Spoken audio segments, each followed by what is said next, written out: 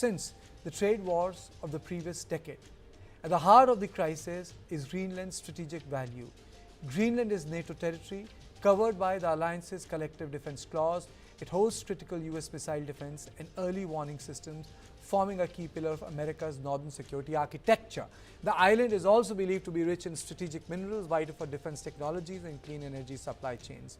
Denmark has made it clear it strongly opposes any move to change Greenland's sovereignty, warning that any use of force would shatter NATO itself. Security analysts warn the implication go far beyond Greenland. If the United States can use force or coercion to seize territory, critics ask, why won't others? Russia could claim justification for redrawing borders in neighboring areas, including Ukraine. China could feel emboldened to push harder in Taiwan and the South China Sea. In short, rule-based international order itself could be weakened. This is not the first time Washington has eyed Greenland, but what makes the current episode different is the explicit linkage of sovereignty with tariffs, military logic and economic pressure. Greenland, home to just 57,000 people, has become the epicenter of global power struggle, pitting alliances, politics and raw strategic interests. As Europe prepares countermeasures and NATO watches nervously, the question is no longer just why America wants Greenland, but whether the world can afford such a move. On this issue, I am joined by Ambassador Veena Sikri and Professor Swaran Singh. Thank you both of you for joining me, madam. The tweet by President Trump today on Truth Social showing American flag on Greenland and showing entire Canada and Greenland to be part of America is not only inappropriate, but it also tells you that the man has no respect in terms of sovereignty of other nations. Ambassador Sikri.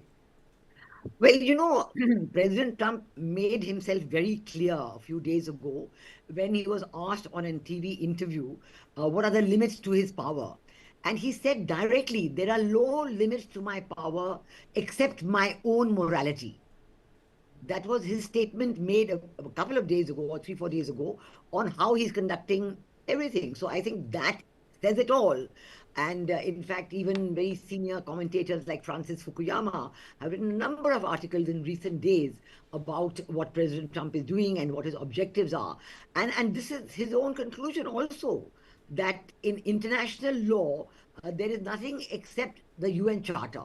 That is the ultimate. So whatever the UN Charter says, and the UN Charter says that there should be no conquest. There should be no conquest of any kind. It has to be all done by peaceful means and with the approval of the UN Security Council and so on. So in fact, what President Trump is doing, that he's creating his own, setting his own terms for what he thinks the world should look like, and he's going ahead and implementing it. Now, for the first time, we are seeing that on the Greenland issue, that the European Union is putting up a resistance.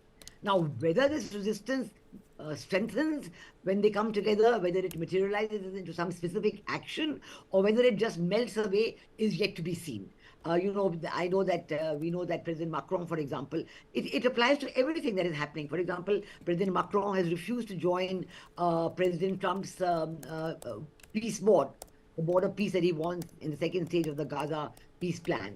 And because of that, President Trump says, I'm going to put 200% tariffs on him, on France. So, these kind of threats coming in, we don't know what President Macron's next step is going to be. I know that President Macron has now written a letter to President Trump inviting him to visit Paris on his way back from Geneva. He's going for the Davos World Economic Forum and saying, come and meet me in Paris. We'll have dinner together on Thursday and discuss these issues. So it's a totally new area of world interaction. Nobody has ever seen anything like this since the end of the Second World War.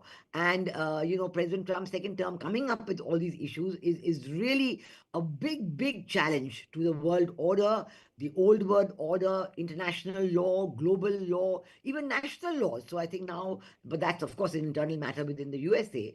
But people within the USA are saying that President Trump is not following domestic law as well.